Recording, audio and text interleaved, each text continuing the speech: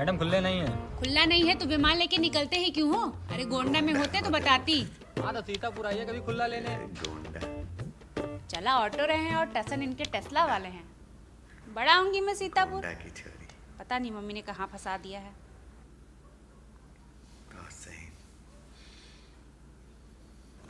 Madam क्या लाऊं आपके लिए? हवा में ही परोस देंगे क्या सारे व्यंजन भैया? अरे थोड़ा सांस लेने दीजिए। ये बताइए आपका वॉशरूम किधर है? मैम उधर। Thank you.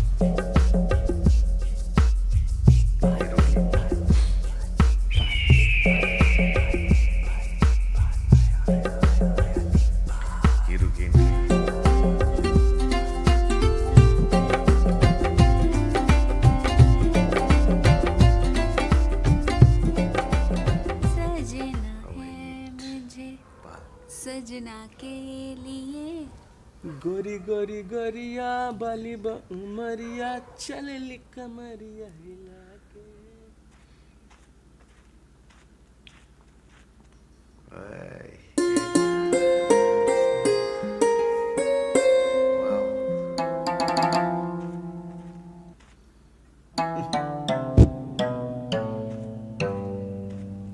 लता, नमस्ते।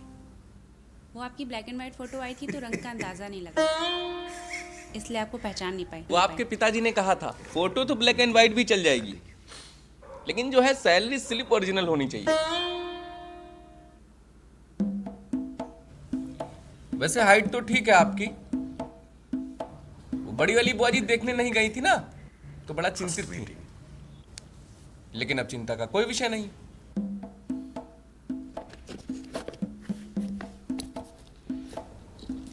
सुनिए, अपनी बड़ी बुआ जी को कॉल कर लीजिए, वीडियो कॉल। आप दिखा बैठिए। देती हूँ कि लंबी हूँ कि गाठी सब हूँ। लोग बैठिए, जो कर रहा था मैं तो।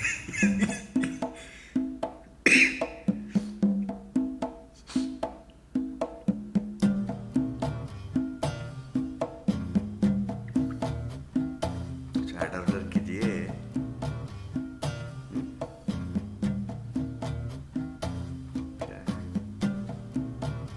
क्या लिखा जा रहा है?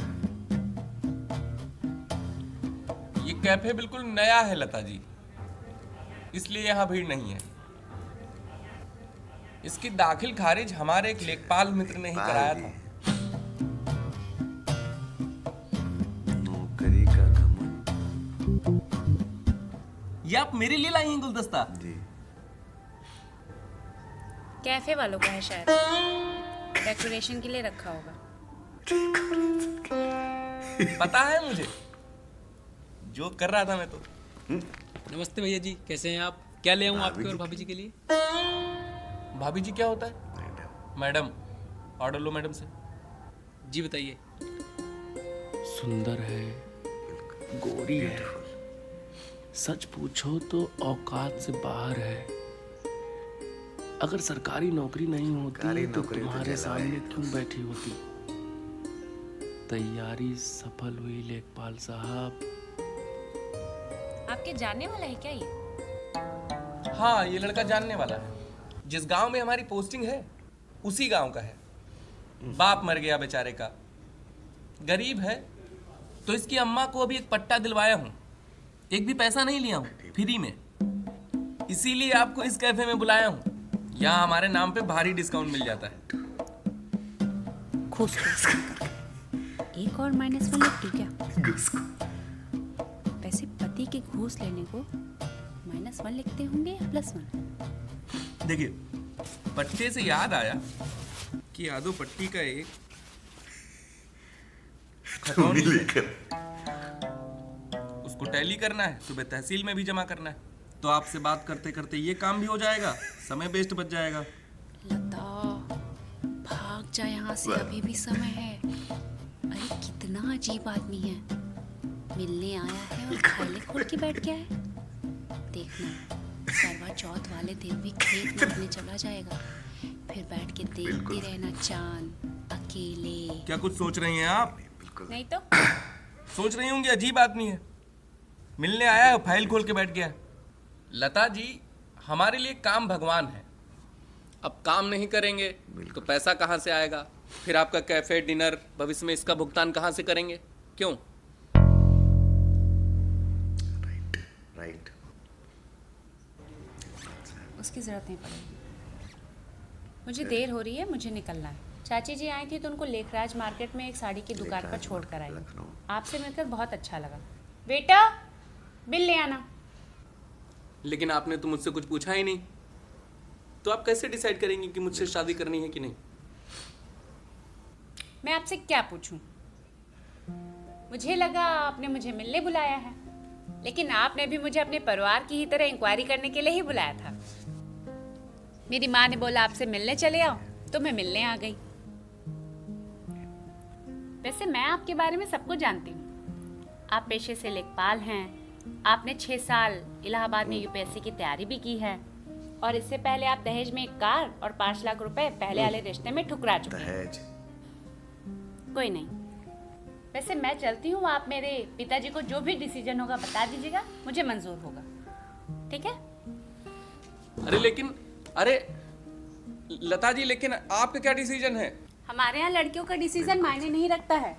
अरे लेकिन आपने जो इतने सारे माइनस दिए हैं, इनका जवाब तो सुनती जाइए। मेरी डायरी वापस दीजिए। सांवला होने का -1, ये तो जेन्युइन है। जैसा मेरा रंग है वैसा तो मुझे -5 मिलना चाहिए। बहुत दयालु हैं आप। सरकारी नौकरी का घमंड, ये तो बिल्कुल सही नहीं है।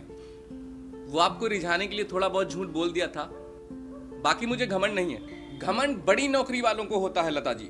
मैं तो गांव का छोटा सा नौकर हूं, बस कोशिश करता हूं लोगों के काम आने की, वो भी फ्री में। फ्री में तो नहीं।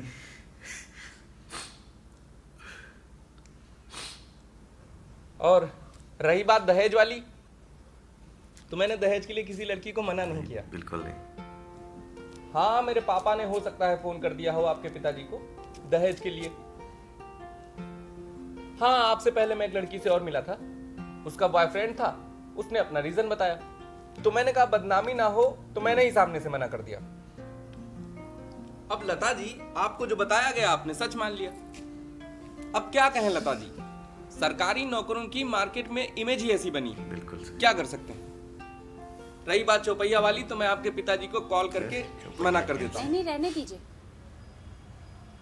गाड़ी तो हमें खुद ही चाहिए। शादी के बाद पति की दुपहिया से थोड़ा ना मायके जाऊंगी, वरना सहेलियां सारी ताने मारेंगी। पर आप लेखपाल हैं तो आपकी इज्जत होनी चाहिए मोहल्ले में, वरना लोग क्या बोलेंगे। तो चरपहिया तो बहुत जरूरी है। ऑटो, दे आप। लेकिन आपका क्या निर्णय है? सोच के बताती हूँ। कितनी देर में? देख। आधे 1 घंटे में। ऑटो, एक काम करते हैं, मैं आपको अपनी मोटरसाइकिल से लेखराज छोड़ देता हूँ। आधे घंटे लगेंगे, उसमें आप अपना डिसीजन भी ले लीजिएगा।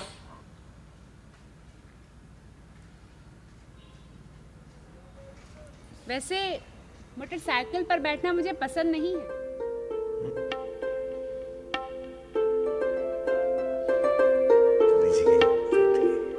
बैठे? बैठे। आपके 50 रुपए बच जाएंगे, उसका पेट्रोल डलवा दीजिएगा दहेज वाली कार में। अरे मतलब मैं पसंद आ जाऊं तो। धीरे से मन को किसी ने छुआ, धीरे से भीतर कुछ कुछ हुआ।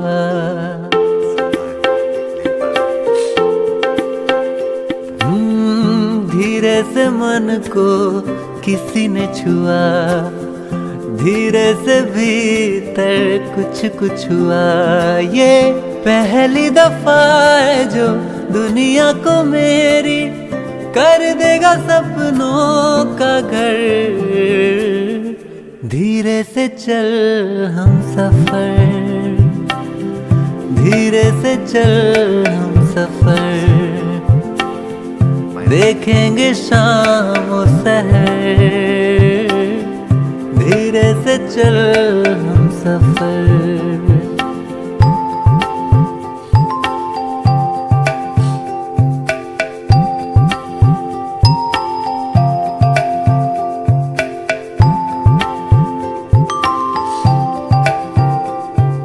सरकारी नौकरी तो जलवा ही है।